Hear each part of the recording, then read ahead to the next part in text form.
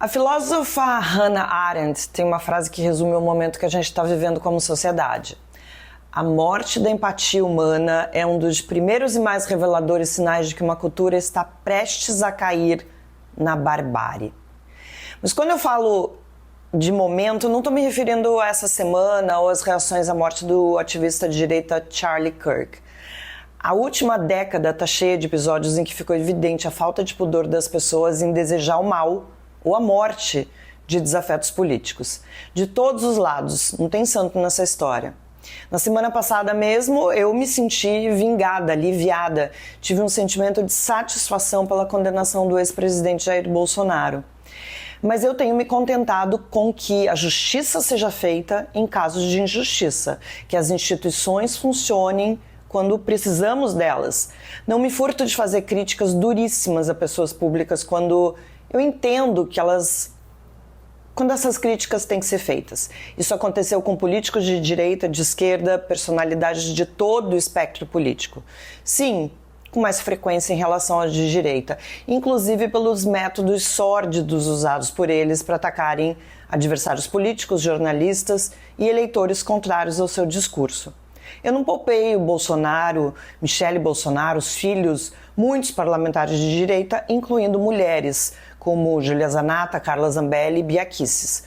Sororidade, gente, tem limite e isso não tem nada a ver com sororidade. E eu não tenho a menor preocupação em encontrar palavras gentis para fazer essas críticas. Quem me acompanha por aqui e por outros meios sabe que eu não me preocupo em ser gentil com quem não é gentil. Mas eu jamais me regozijei em situações que envolveram doença ou morte. Isso inclui o atentado contra o Bolsonaro, que muitas pessoas de esquerda insistem em classificar como armação. A morte do Olavo de Carvalho, por exemplo, e agora o assassinato do Charlie Kirk. Não há nada que deva ser dito diante do assassinato de uma pessoa por divergências políticas que não seja um sinto muito. Veja, mesmo que você não sinta empatia pela pessoa, o sinto muito vale pela violência fora de controle, pela forma como a sociedade reage a divergências ideológicas. Mas isso, se você quiser muito dizer alguma coisa, se estiver desesperado para se manifestar. Sério, será que precisa? Eu juro que eu não entendo essa necessidade que as pessoas têm atualmente de se pronunciar sobre tudo. Ainda mais diante da morte, ainda mais diante da morte de uma figura polêmica. Quando a gente perde a capacidade de se horrorizar diante de uma morte violenta como essa e recorre a adversativas, mas veja, porém, todavia, é porque já foi engolido pela barbárie. Eu sou Marilis Pereira Jorge, colunista do Meio. Eu realmente não tenho nada para falar sobre o Charlie Kirk, mas vale refletir sobre como esse assassinato reacendeu um debate importante sobre a hipocrisia de ambos os lados nessa polarização e a barbárie que tomou conta do debate.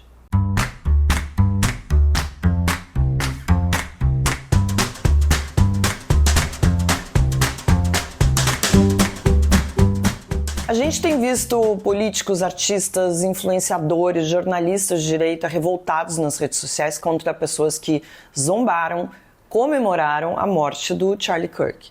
Eu acho que esse tipo de comportamento deve ser repudiado mesmo. O que eu acho também é que a direita não deveria ser tão hipócrita a ponto de tratar essa questão como se não tivesse tido o mesmo tipo de comportamento em várias outras situações. O que estamos vendo não são apenas reações indignadas, mas a instrumentalização dessa indignação, que deveria ser legítima, né?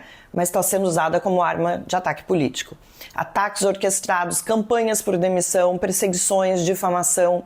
E a direita sabe exatamente como operar essa máquina do ódio na internet. Sempre que pôde, desumanizou, atacou, usou discurso de ódio. A morte da Marielle Franco talvez seja o exemplo mais emblemático. Logo após a sua morte, seu nome foi envolvido em uma rede de mentiras que ganhou coro em grupos de WhatsApp, nas redes sociais, no palanque do Congresso. A morte da vereadora deveria ter sido tratada com horror por todos nós. É o retrato da falência do Estado. Se o Estado não consegue proteger uma figura pública, política, o que dirá de cidadãos comuns? Se um Estado não consegue solucionar um crime contra uma representante do Estado, perdemos a guerra contra a violência. O que se viu foi o nome da Marielle envolvido em histórias sórdidas, memes horríveis, em piadas. Quantas vezes vimos pessoas e políticos de direita questionarem por que a morte de Marielle era mais importante? Não era mais importante, mas era mais simbólica, justamente pelo fato de que a criminalidade estava desafiando o poder do Estado ao matar uma de suas representantes. Mas para além disso, Marielle tinha pais, irmã, filha, amigos, eleitores, exatamente o que parte da direita simplesmente preferiu ignorar. Assim como Charlie Kirk tem mulher, filhos, apoiadores, amigos e gente que o admirava, que o amava. Há inúmeros episódios de incitação à violência que envolvem a direita no Brasil. Quando Bolsonaro disse que o país deveria partir para uma guerra civil, fazendo o trabalho que a ditadura não fez, matando uns 30 mil, começando pelo FHC. Quando disse num discurso que era preciso metralhar a petralhada, quando relativou a violência cometida por seus apoiadores contra adversários, como no caso de um bar logo após a eleição, ou no episódio mais famoso do militante que entrou em uma festa de aniversário e matou um filiado do PT. Isso sem falar da forma como políticos de direita se comportam nas redes sociais. Eu mesma já fui alvo de vários deles, que incitam seus seguidores a ameaçar, xingar, difamar. Políticos brasileiros têm usado a retórica trumpista de que a esquerda está cada vez mais violenta. Donald Trump culpou a esquerda radical, mas pesquisas sugerem que esse caso não representa a tendência geral da violência política nos Estados Unidos. O projeto de processos judiciais mostra que tanto a direita quanto a esquerda recorrem a atos violentos, mas os números indicam mais episódios ligados a extremistas de direita.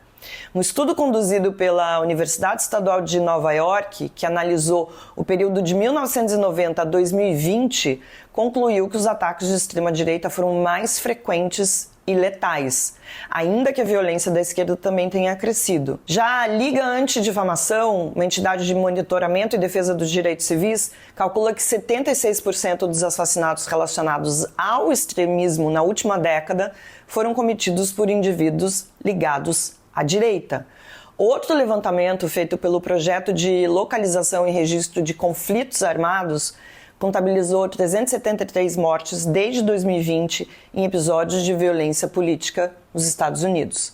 Não tem no Brasil dados consolidados sobre o crescimento da violência política nos últimos anos, ainda que a gente tenha alguns dados falando sobre o aumento da violência no Congresso, o aumento da violência, de discursos de ódio nas redes sociais, mas não tem dados compilados do jeito que a gente vê lá fora. O que se sabe é que o ambiente está mais hostil, vai de xingamento em plenário à intimidação nas redes sociais e chega, em casos extremos, a agressões físicas. Diante disso, caberia aos próprios políticos dar o exemplo. Se no dia a dia a convivência fosse civilizada, se o debate fosse pautado por argumentos e não por ofensas, seria natural esperar que seus seguidores também agissem assim. Afinal, líderes políticos são, queiram ou não, grandes influenciadores de comportamento. Quando tratam o adversário como inimigo, incentivam a torcida organizada a fazer exatamente o mesmo.